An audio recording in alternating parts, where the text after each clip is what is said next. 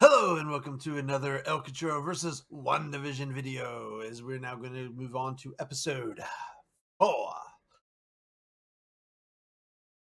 This one's going to be a little different. Very good episode. This episode is called We Interrupt This Program. That's a very fitting name because this one we're going to take a break from the sitcom format that we had, did the last 3 episodes of the 50s, 70s, next one of 80s. But they took a break and decided,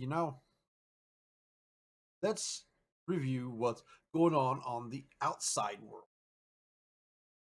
We're going to see what's going on outside. Boom. Whatever covering the town. And so, building up. So this is where we're going to get a little bit more of the. So this is an episode more dedicated to a lot more of the mystery. What's going on thing.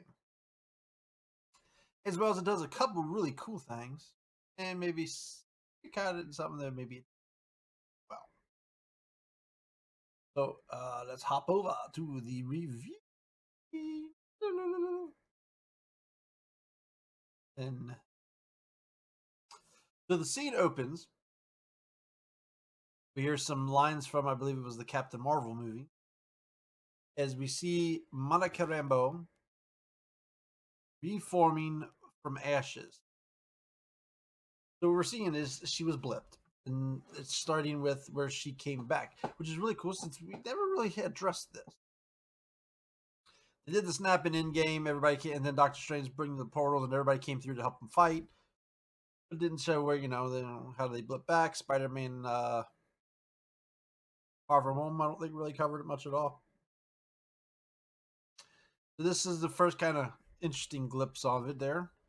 So it starts off, we see her reforming in the ashes. She's sitting next to an empty hospital bed, to where she starts panicking. And when she goes out into the hallway, and this is like, so you're seeing just people materialize out of thin air. Nobody knows what's going on. You see people are just popping in, boom, pop. Don't know what's going on. So we're seeing that people are just blipping back into place where they were at before, which is interesting. So if you got blipped, you just blip to where you last were known at. There's complications with it. How does that work if you were in a vehicle? You were in a car or bus or a train or a plane. Do you teleport back to just that location?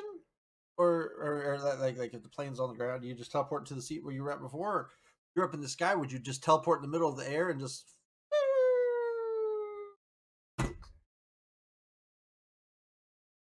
Or if somebody else is sitting where you're... What if someone else is standing where you're blipping back in? Do you morph into the people and die? So, I mean, it almost kind of sounds like when people blip back in, there's probably like thousands of people that may have died instantly. They may have been blipped in the middle of a busy road, or blipped in the middle of the air, or the middle of the ocean, or blipped into another person, which would have killed the other person at the same time. So this could get really creepy. I mean, we could have seen like half of the... Let's see, what do we say? About 4 billion people were killed. 4 billion people came back in. 4 billion people reappeared. We may have had a couple, like 100,000 or so deaths instantly. Just been, so it's like, what are the rules on flip in or something? That's what happens when you do these kind of storylines. People can piece it apart and say, "Hey, wait a minute, what happens in this situation?" But I digress. So it turns out she was at the hospital for her mother, from the Captain Marvel movie. Got her there, who was there for a surgery, and she's obviously the last thing that no time skips for them. They just remember exactly what they're. She woke up in a hospital room next to an empty bed, and now she don't know where her mom is. So she's spazzing out. To which she runs into. Finally, someone recognizes her as this doctor, I guess, who was treating her mom at the time. Recognizes. That's when I was like, "Well, your mom died." Well, hey, the surgery was a success. What do you mean? He's like, well, no, the cancer came back and your mom died 3 years ago, which was 2 years after the time you disappeared. They pretty much let her know she was about 5 years. Now, one little flaw I had about this is when the doctor first sees her, she's like, "Where did you go?" I mean, okay, doctor, so you've been here this whole time. I think you know by now that half of the population of the planet just poof and disappeared. Like she disappeared, ran off. Like, oh my god, you disappeared. I mean, no, she kind of was gone. I think the doctor would kind of been aware of the situation and what happened there by now, kind of on the news stuff. That was just so I just thought that was kind of stupid that the doctor just kind of played it off like, "Where did you go?" Died. So that's how we just show. I like that. I really like that though. How it's actually showing how did the blip work? How did people just come back magically from the blip? What was going on? So it was like shows that they popped back in like nothing had happened. Like they woke up and they were there and everything's like. I thought that was a really cool touch. I really liked that there. We found out the mom's dead. Her mom had died. Then we go to Sword Headquarters, Sentient Weapon Observation Response Division. Slight change from the name in the comics. You can see, looks like they have space launch pads. It looks like they're around, circled around. I don't know if there'd be this much grassland around. So launch this thing outer space. Space launch. Kind of tower. I think the explosions would kind of melt away, burn away the trees and stuff. But hey, so we got her showing up. Or I guess this obviously is where she was working before she disappeared. So she's returning back to work. Of course, none of her stuff works because no one thought she was alive. Blah blah blah blah. Where she runs into the new guy who took over from her mom and just run the show, and then he takes her in. As we're walking by, cool little thing to notice. I guess this may have been in the Captain Marvel movie as well. You see a plaque on the wall of her mom with the nickname Photon, which is one of the comic character names that Monica Rambeau's gone by. She's been Captain Marvel, then she became Photon.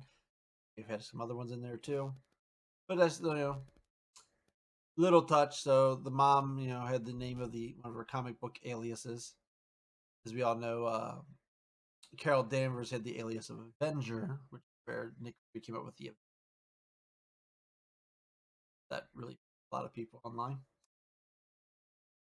So pretty much, so we have the getting back into things to where he's pretty much telling her that he needs her to go work with the FBI on a missing person case in New Jersey. Of course, she wants to go back. It sounds like she's back in a space mission, but we also find out that her mom said, set up a protocol that any missing person has to stay on a certain, has to start up from the ground up.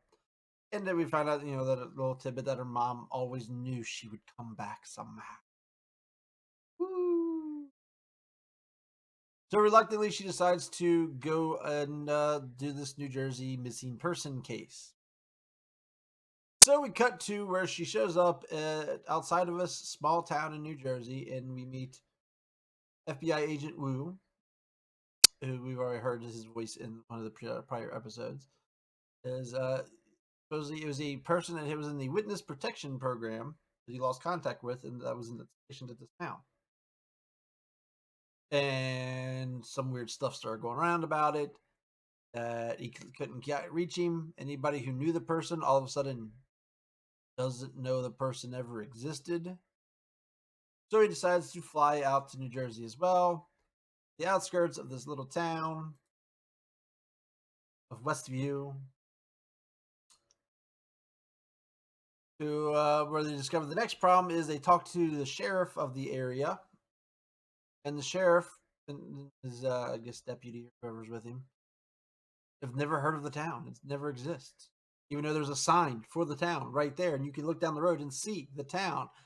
But the sheriff doesn't know it exists. So it's like, so people that, so it's coming out that pretty much anybody who's familiar with the town or anyone in the town gets this select amnesia where they just forgot it, where they just seemingly forgot about it. Of course, I guess there's some rules on that as we're going to find out. So their decision is to send in a drone. This the drone's like a little helicopter thing with the red and yellow wings, got like a camera thing on the front.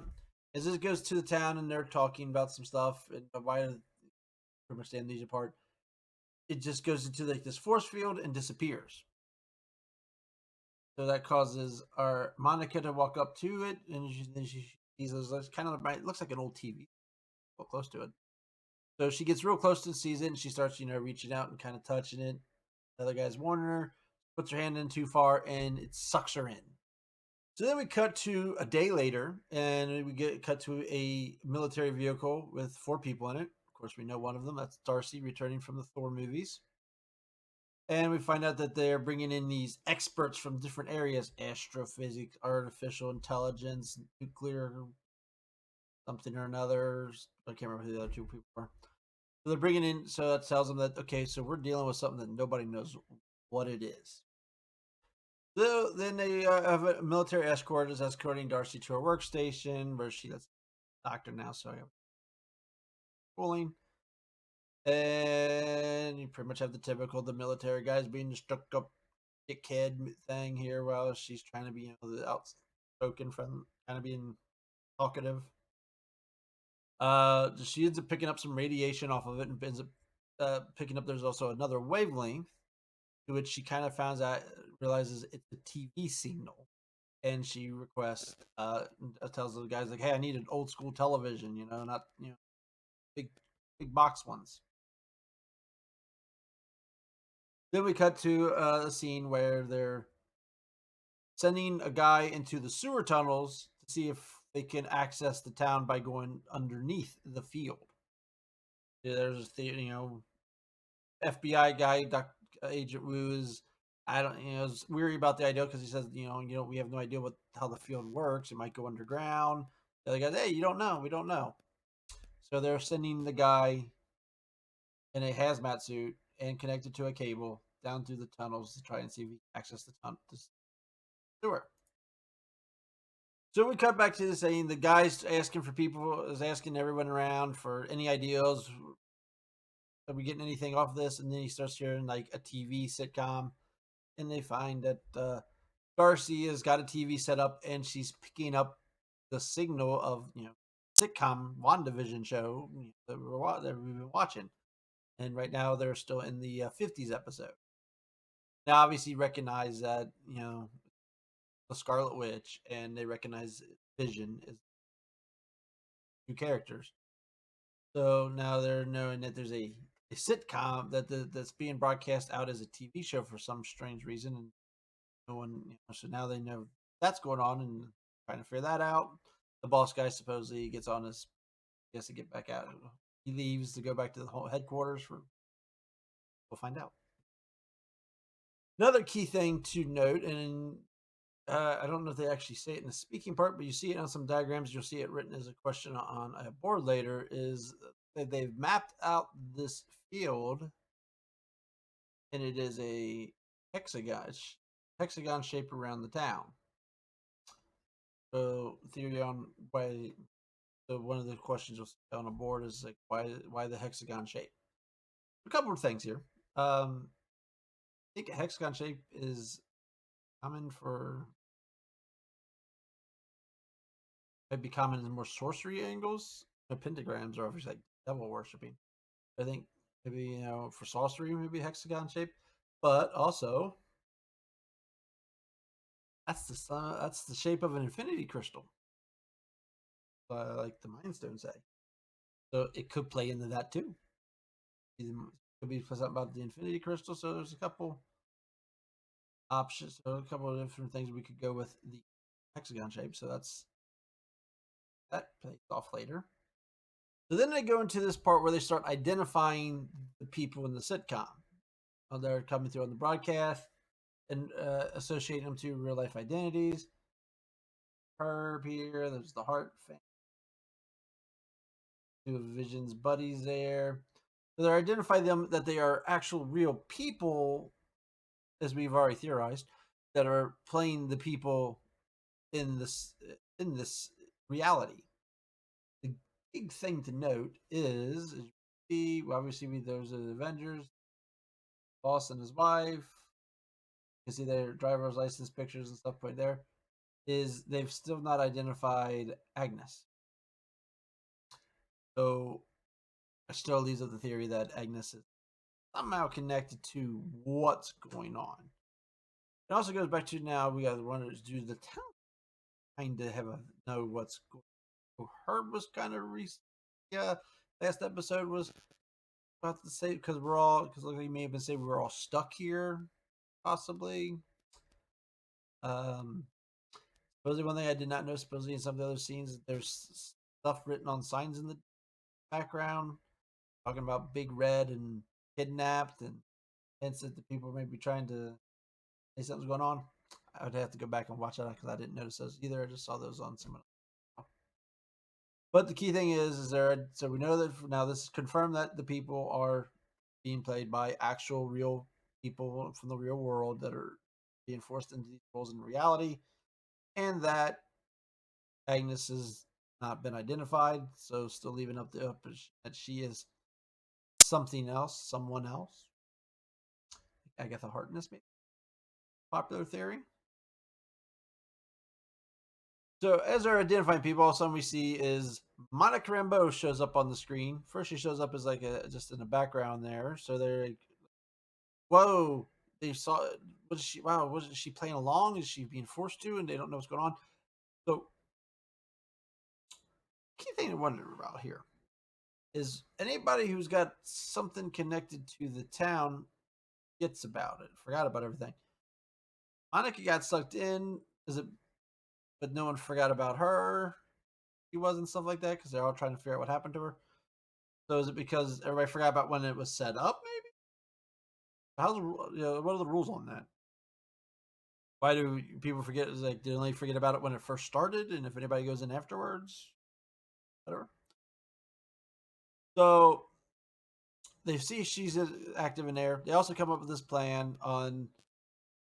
Darcy sets up this thing outside for Agent Wood, see if he can talk to Wanda, see if they're because she's going to see if she could get him to be able to talk to her through a radio that they've seen in an episode. They see that she has a radio by her kitchen sink. I think that they use that to try and communicate with her. While they're setting it up, another agent has come outside with a picture of the helicopter from episode 2 that was in color, in which they said that they think it was the drone that was retroactively turned into like a helicopter. And when asked why is it colorized, and it was like it wasn't color, didn't colorize it like that in the show. So they're kind of showing that they saw the helicopter scene from episode 2, which also kind of makes me wonder about something else because we're going to have two other things we're going to talk about later that kind of goes against that happening. So then they cut back. It's the pool party scene. Actually, we're going to talk about one of them right now. So it's the pool party scene as they see that Monica gets her first talking part where it looks like she's definitely playing along. They see the radio and they have the Agent Wu start trying to talk to her.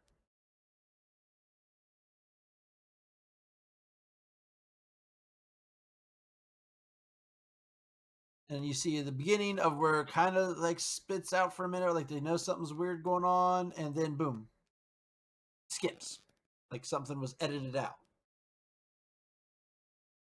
So they don't know that he got through to her. That part kind of just got where they started hearing the voice. They both looked at the radio, and then the glass broke. That part kind of gets glazed over and got skipped over in the broadcast that they're watching. Which Darcy kind of notices it, but then says, the plan didn't work, so we gave a shot, didn't work. Then we cut to the guy crawling through the sewer pipe, which must take a long time. And as he's crawling forward, and you hear people talking to him on the radio, you kind of get a glimpse, pipe ahead, and you can kind of see the fields there. And as he goes through so then he starts crawling through the field, and as he goes through the field, you see his hazmat suit transform into the beekeeper suit that we saw in episode. Why a beekeeper suit? Not positive. I guess that's the closest thing they could think the reality could do to a hazmat suit. So he transforms into that suit, and the cable that he's connected to, as soon as it goes through, it just kind of magically disconnects, and they wound up the cable, and he's gone. So we see the scene where he changes to the beekeeper, he climbs out, and then he climbs out, turns into black and white, and you see the part where Wanda says no. Then we cut to everybody setting up TVs and they're all watching, and now we're on the third episode that they're watching, the 70s episode, as Wanda's getting ready to give birth. And it's a good thing where you have two actors from comedy television shows. Obviously, she was from Two Broke Girls. Can't remember his name of his show off the top of my head. It's also kind of about the Asian family set in the 1990s. Just based on, I think, somebody's autobiography or something. But so you got them kind of playing off of each other a little bit, so you get some good comedy going here. They're kind of getting into the TV show a little bit as they're watching it and getting into actually watching the show. Kind of just losing the fact that it's a reality, and just a small talking, and all of a sudden, this is where Monica dropped the name Ultron, and they're like, "Wait a minute, did she say Ultron? That's the first time they've mentioned our reality." So they're kind of watching that scene go out, and where Wanda's confronting Monica or Geraldine, so, and right where she's, their conversation was supposed to get really intense, we have another one of those skips where it just kind of like cuts, and then it's the end of the episode, and you see the credits running, and they're like, well, "Wait, what happened? What happened? What happened?" And Darcy's rewinding the tape, trying to see if she can figure out what happened, and they don't know. All of a sudden, some alarms start going off. So as they're running to see what the alarm is, camera pans into the still image of the show, and it takes us back into the reality, and we're actually getting to see more of that scene than we didn't get to see in the previous episode, of where Wanda's confronting her, and we get some pretty big revelations here. Wanda's obviously interrogating her. Who are you? Where are you from? And then she goes more into the, how do you know who Ultron is? You're not one of us. You're not my friend. You don't belong here. You're an outsider. You're a stranger. So kind of showing that Wanda may know a little more than we thought. Well, we kind of had a feeling she might. I definitely think it sounded like Wanda knows what she does. Takes the powers. She shoots Monica. Monica goes through a bunch of walls and then just expels her pretty much. So she just starts flying backwards, busting through walls and everything until she gets expelled from the force field. So the key thing here is what the Scarlet Witch's speech, though, is she's like, how do you know about Ultron? What are you doing here? You don't live here. You're not a friend. You're not a neighbor. Stranger. You're an outsider. You gotta go. So saying that she kind of knows she's in some kind of at least giving off the impression that she kind of knows she's in some kind of alternate reality here. Then we get this part of the scene where Vision came back in, but we see when she turns around, she sees Dead Vision, where his head was destroyed from Thanos. For a brief second, she looks and she kind of like does a little head thing, and then goes back, and he turns back into normal vision. So it's definitely showing. So we're definitely getting that Wanda knows something about what's going on here. She kind of knows that there's some kind of tricks to reality. And as everybody's confronting Monica on the outside, he's even saying that there it's Wanda, it's all Wanda. Pretty much saying that Wanda's doing this. So pretty much they're setting up that Wanda's doing this. Now, I don't Wanda's doing this on her own. I definitely think the Agnes person has definitely got something more to do with things, and maybe another character that we haven't seen yet. That's pretty much the end of the episode. Then it goes into the credits.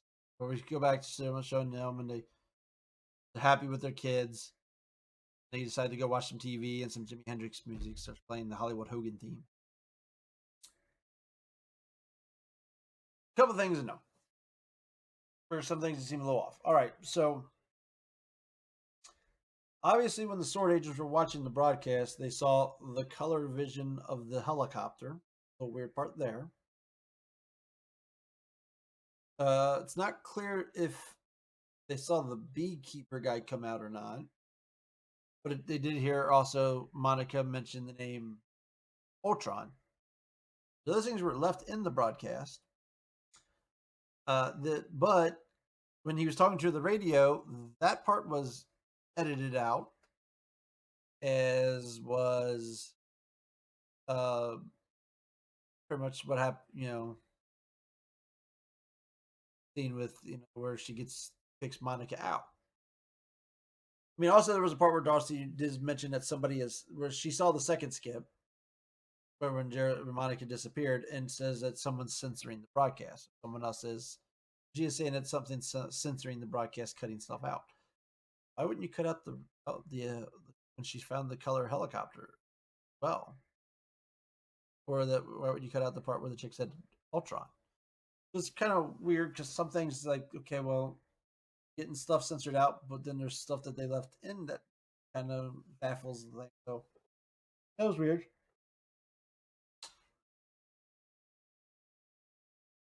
But I mean, we're definitely seeing that Wanda has some control over things. Maybe I have to believe there's probably definitely another mystery person there. I mean, it could be that this because Wanda's got Vision back, so she's going along with it now. So it's a lot of interesting intrigue here on where they might go. This was definitely a really cool, a nice, good. This is a good time to take a break from the sitcom, I believe as well. Is building the story that way, and the sitcoms are good, and like this, every second, and third episode I thought were really good. The first episode just kind of got stale, but as I've always said. But I think this was a good spot because you kind of wonder how they were going to set it up because obviously we're doing an '80s episode. High possibility I think there's going to be a '90s episode. So that's 5 out of I believe how many episodes? 8 episodes? Episodes long. So I think you needed some kind of you need some stuff for the other stuff. So you had the 3 episodes, and we have the outside episodes. So we're pretty much at the halfway mark. And then we can jump back into an '80s episode, '90s episode, and then possibly a '90s episode. And from there on, you could start unraveling to be climactic. A lot of stuff being hinted at. There's going to actor that plays Vision supposedly like gave some big teases that there's going to be big MCU movie type finale, and that there's a special guest person coming in that is someone he's always wanted to work with.